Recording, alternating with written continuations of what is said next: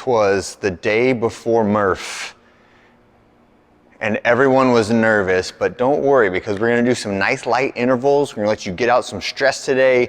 You have a chance to go hot a little bit if you want to, but nothing today that is going to make you feel bad for tomorrow, okay? So that is the order of the day. I want you to move, I want you to sweat, I want you to feel good, I want you to feel better when you leave than when you got here. And that is the goal for today's workout.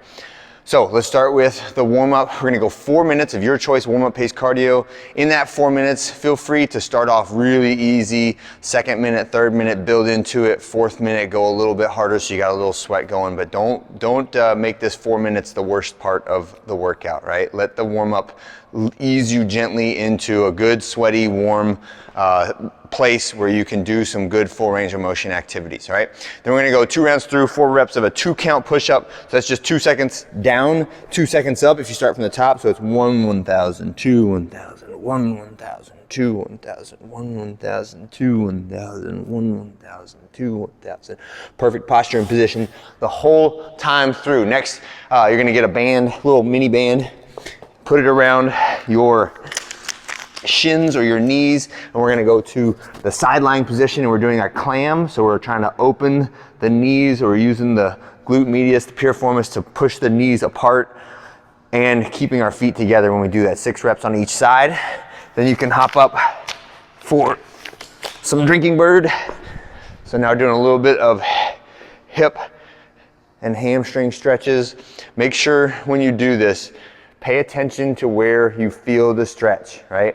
A lot of times, if I'm not being intentional about it, and I'm just kind of curling myself forward, I'll feel this in my back and not really in my shoulders because I'm being really relaxed and lazy in my back positioning. Now, if I tilt my pelvis forward, tighten up my back, create that good posture position, now I start to feel it in the front hamstring. So the way that you hold yourself, the way that you hold your posture has a distinct effect on where or what muscles are impacted, what joints are impacted by the movement, right? So we always try to start off with good posture whenever we're doing our exercises, and hopefully that helps you to tune into the feeling of the different muscular sensations of correct exercise versus incorrect exercise, which is why we don't have mirrors in here, okay?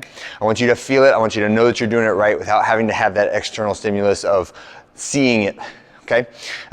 Next we're gonna do toe touch to overhead reach. So start these ones all the way up on your toes, reaching your fingers to the ceiling, and then nice and gentle, try to curl yourself down into the bottom position. If you can plant your palms flat on the ground, that's great. You don't need to keep your knees hyperextended, right? You can have your knees just slightly bent to enhance the stretch on that, on the hamstrings on that one. Okay, we'll go 2 times through that warm-up sequence, and then we're gonna get into some intervals. All you need is a light kettlebell for the intervals. We'll have the bikes out, and the way this will work, you'll say 3, 2, 1, go. You'll have 2 minutes to complete this little triplet. So it's gonna start off with 12 burpees. So all the way, body to the ground, and then leave the ground, hands overhead. When you finish your 12 burpees, you got your kettlebell. We're gonna do 6 reps each of a kettlebell push press, and then 6 reps each of a kettlebell reverse lunge. So picking that kettlebell up, dip, drive, press for 6 reps. I do not have a weight specified on this. I want it to be a weight that you can move quickly, that you can feel that you're lifting something. So like big boys, I don't want you doing like the 5 and 10 pound weights, but you don't need to do a 70. So guys, think about like 26 or 35 pounds, maybe 44 at the most. Ladies, be thinking in the like 20, 26, 35 at the most, all right? So 6 reps push press on each side, and then you're gonna keep that weight up or hold it however you want, and we're doing 6 total lunges on each leg, 6 lunges on each leg, or 12 total. When you finish that, you can rest or move to your bike, then 3, 2, 1 switch. At the 2-minute mark, you're gonna go to a moderate pace bike, and I just want you to churn the bike for a minute steady at a moderate pace. So think, you don't need to go like 85 RPM, but don't be at like 45 RPM, all right? Somewhere in that like 50 to 70 range would probably be good for this one for a full minute. And then you're gonna get a minute break, and we're doing the whole thing 3 times through. So your heart rate should get up, you should be sweaty and tired at the end of it. This is the kind of workout that you can recover from really fast, and it should not impact you for tomorrow. Now I have a little cool down set that has some more exercise in it, but I mean it to be done at a very detail or quality oriented pace. So med ball to toes is one exercise. So it's like our V sit up, but we're gonna alternate right, left.